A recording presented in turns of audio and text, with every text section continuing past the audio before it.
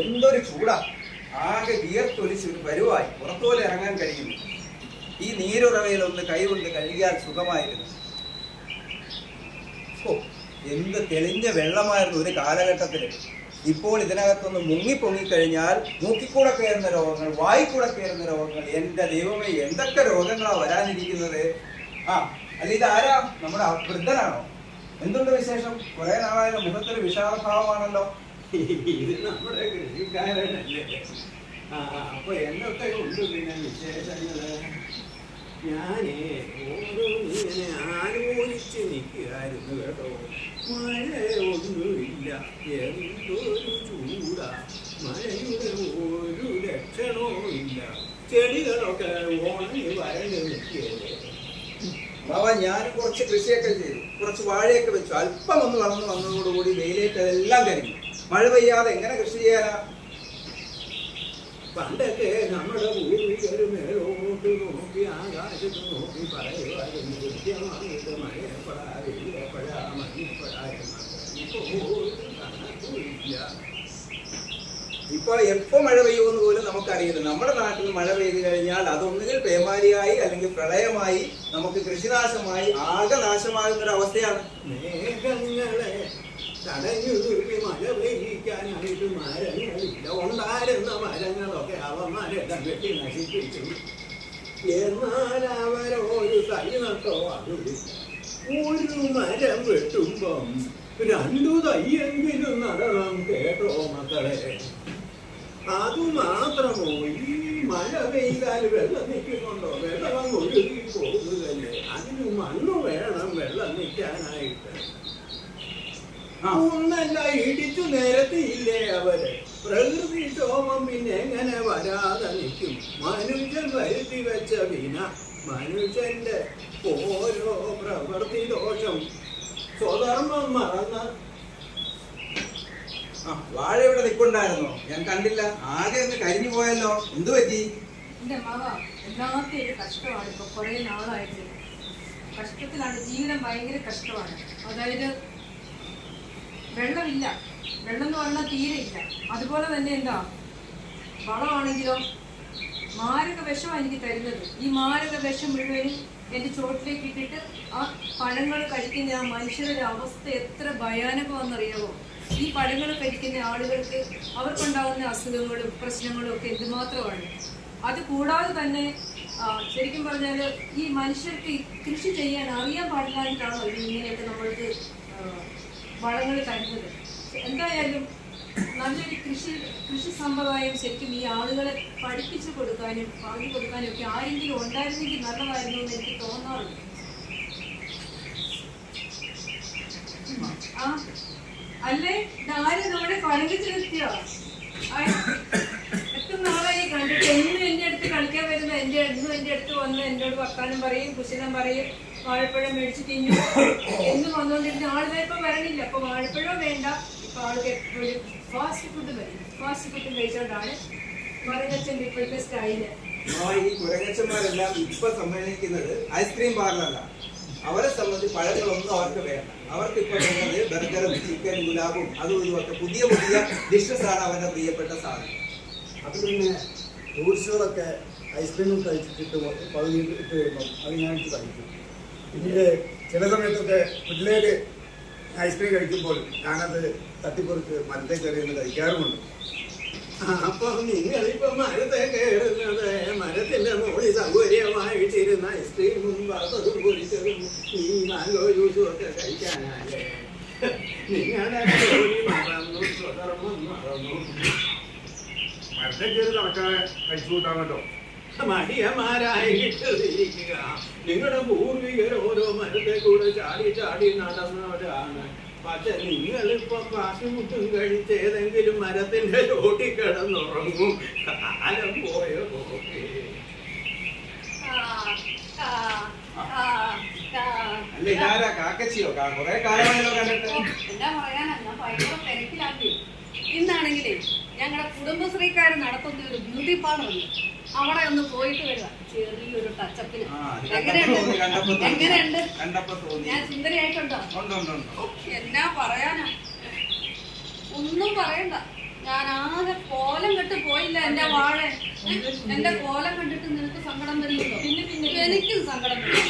പക്ഷെ പണ്ടേ എന്തോ ഒരു സൗന്ദര്യമുള്ള ഞാനെന്നറിയാവോ?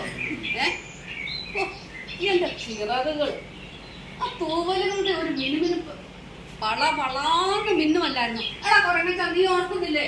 എന്നാ മിനുമിനുപ്പായിരുന്നു. എന്റെ കണ്ണുകൾ കണ്ടല്ലോ ഇച്ചിരി ചെറുതാണേലും LED ബൾബിന്റെ പ്രകാശം ഉണ്ടായിരുന്നോ?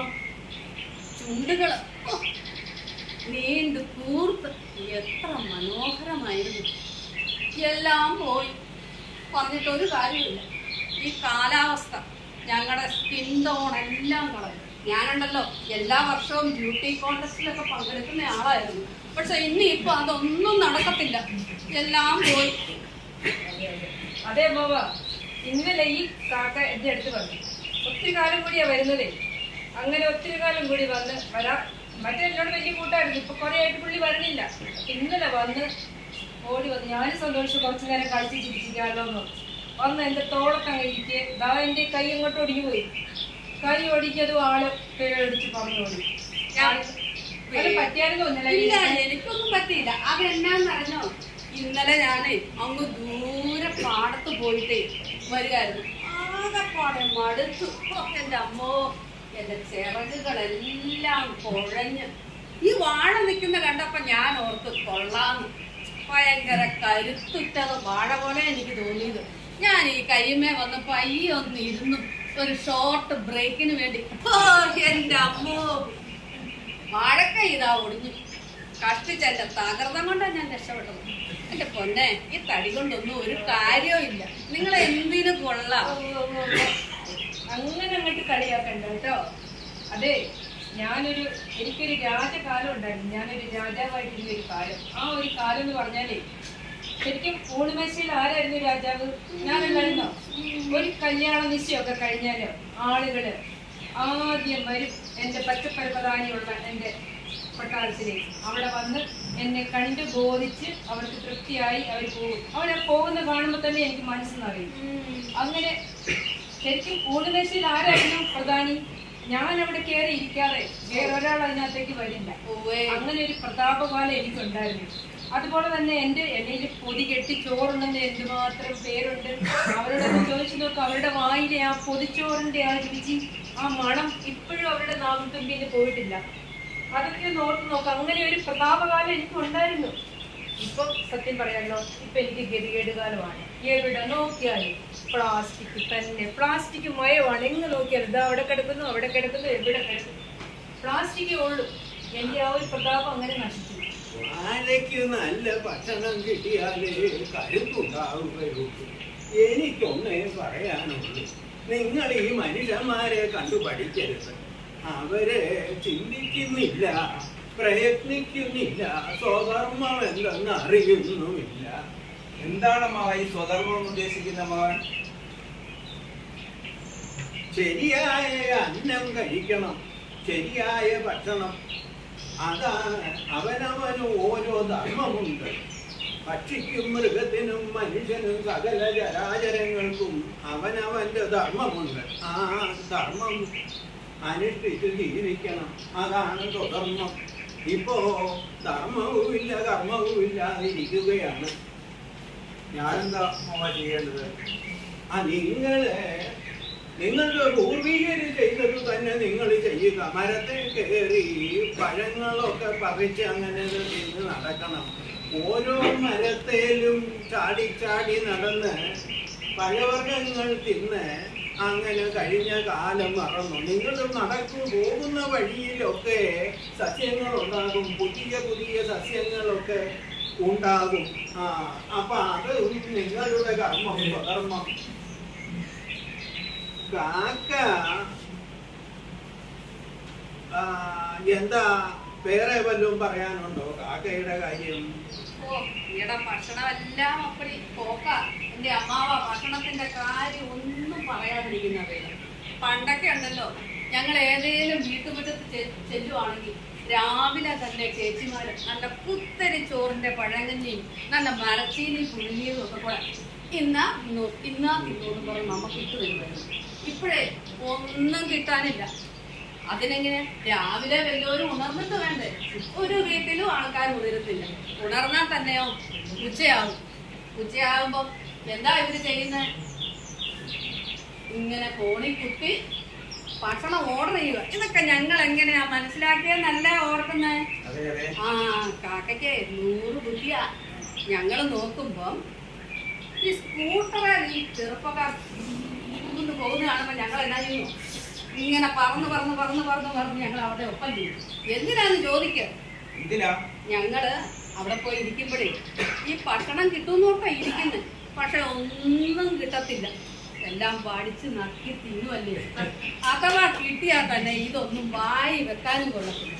എന്നാ പിന്നെ പോട്ടെ, എല്ലാ ചെറു പ്രാണിയോ ഉരുവിനെയോ ഒക്കെ തിന്ന് ജീവിക്കാന്ന് വെച്ചാല് ഈ പ്രാണികളൊക്കെ തിന്നുന്ന എന്നാ വിഷമടിച്ച ഇലയാ.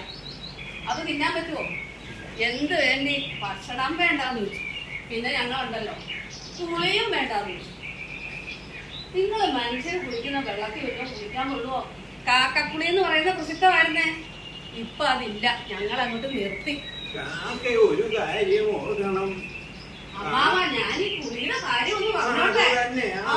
കാക്ക ഇങ്ങനെ കുളിക്കുമ്പോഴേ ഈ മലിന ജലത്തിൽ മനുഷ്യർ കുളിക്കുന്നൊന്നും കാക്കകൾ കുളിക്കുകയല്ല.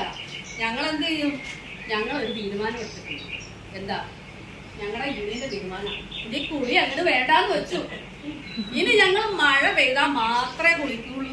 അല്ലാതെ നിങ്ങൾ കുളിക്കുന്ന വെള്ളത്തിലേ ഞങ്ങളുടെ ഈ കാല് പോലും ഞങ്ങള് നനക്കത്തില്ല. ഇത് ഞങ്ങളുടെ തീരുമാനം. അമ്മാവനെല്ലാം പറയാനുണ്ടോ? കാക്കയുടെ ധർമ്മം ശുദ്ധീകരണമാണ്. അത് മറക്കണ്ട.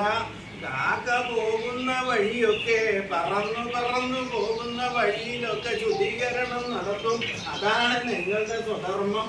അത് മറക്കണ്ട. പിന്നെ മറ്റൊരു കാര്യം, മൊത്തത്തിൽ ഭക്ഷണം നന്നാകുമ്പോ അതിന്റെ ഗുണം കാക്കയ്ക്കും ഉണ്ടാകാതിരിക്കുമോ? അപ്പോ ആരോഗ്യവും ആനന്ദവും ഉണ്ടാകണം.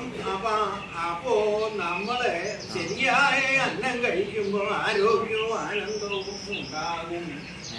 അമ്മാവ, ഈ ആനന്ദം എവിടെയാ കിട്ടുന്നത്? അത് കിട്ടാൻ വേണ്ടി ഞങ്ങൾ എന്താ ചെയ്യേണ്ടത്? അതൊന്ന് പറഞ്ഞതാ. അന്നം ശരിയാക്കണം.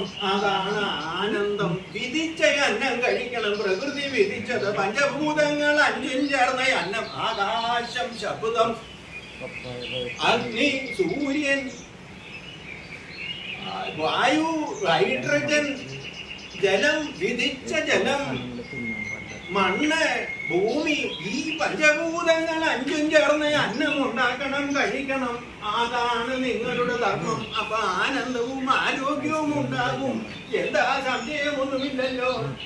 ശരിയാണ്. അപ്പൊ ആനന്ദം അത് ഇനിയും നിങ്ങൾക്ക് കൂടുതലോ വല്ലോ അറിയണോ? പറയൂ. ആനന്ദം ഞങ്ങൾക്ക് അതിനെ കുറിച്ച് കൂടുതലായി അറിയേണ്ടതാണ് അമ്മാവ. ഒന്ന് പറഞ്ഞുതരാമോ? നിങ്ങളെ കൂടുതൽ അറിയണമെങ്കിൽ അതിനൊരു വഴിയുണ്ട്. കാടിനെ അറിഞ്ഞ മനുഷ്യനെ പോയി കാണണം. അദ്ദേഹം അങ്ങ് ആലപ്പുഴയിലുണ്ട് കേട്ടോ. അദ്ദേഹത്തിന് ശരിയായ രീതിയിൽ കൃഷി എങ്ങനെ ചെയ്യണമെന്ന് അദ്ദേഹത്തിന് അറിയാം. ആനന്ദത്തിന്റെ വഴി അദ്ദേഹം കണ്ടെത്തിയിട്ടുണ്ട്. അദ്ദേഹമാണ് സാക്ഷാൽ KV ദയാനന്ദ മനുഷ്യൻ. കരുണയും സ്നേഹവുമുള്ള മനുഷ്യൻ. അദ്ദേഹത്തിന്റെ അടുക്ക ചെല്ലുന്നവർക്കെല്ലാം അത് മനസ്സിലാകും. എനിക്കറിയാവുന്നത് കൊണ്ടാ മക്കളെ ഞാൻ നിങ്ങളോട് പറയുന്നത്. ആനന്ദത്തിനായിട്ട് അന്നം ശരിയാക്കി ശരിയായ രീതിയിൽ കൃഷി ചെയ്യണം. അതാണ് അദ്ദേഹം പറയുന്നത്. ആനന്ദത്തിന്റെ വഴി അദ്ദേഹത്തിന് അറിയാം. നിങ്ങള് അദ്ദേഹത്തെ പോയി എത്രയും വേഗം കാണണം. അപ്പൊ എല്ലാം ശരിയാകും. അന്നം ശരിയാകുമ്പോ നമ്മുടെ പ്രശ്നങ്ങളെല്ലാം ശരിയാകും. ആനന്ദവും ആരോഗ്യവും ഉണ്ടാകും. മക്കളെ, നിങ്ങൾ പോകില്ലേ മക്കളെ? ഞങ്ങൾ പോകാം. ഞങ്ങൾ കാണാം. ഞങ്ങൾക്ക് ആനന്ദം വേണം. ആകാശമിണ ചേർന്ന് നിൽക്കുന്ന ആനന്ദ ചൈതന്യമാണ് ആത്മാവ്. ആത്മാവും ആനന്ദവും കണ്ടെത്തുവാൻ നിങ്ങൾക്ക് കഴിയട്ടെ മക്കളെ.